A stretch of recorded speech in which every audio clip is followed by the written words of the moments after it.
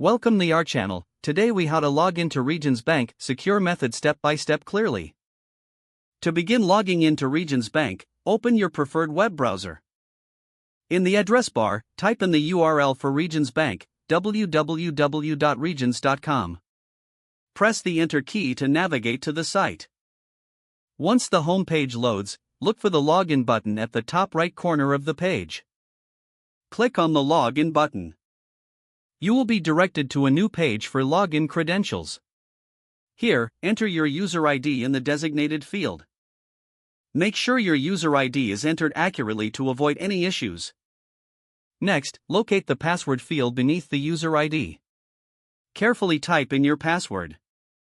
Double-check for any typos, as passwords are case-sensitive. After entering your credentials, look for the login button beneath the password field. Click on this button to proceed. If your information is correct, you will be logged into your Regions Bank account.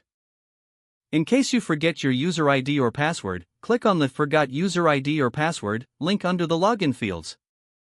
Follow the prompts provided to recover your information.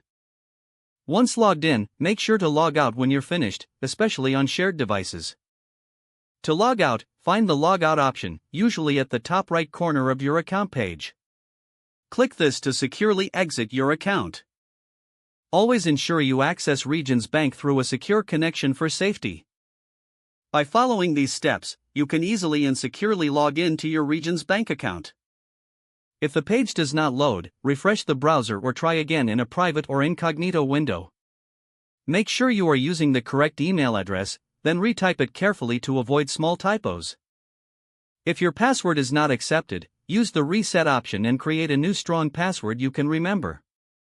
Check your spam folder for verification or security emails, then complete any requested confirmation steps. Enable two-factor authentication if available to improve account security and reduce unauthorized access risk.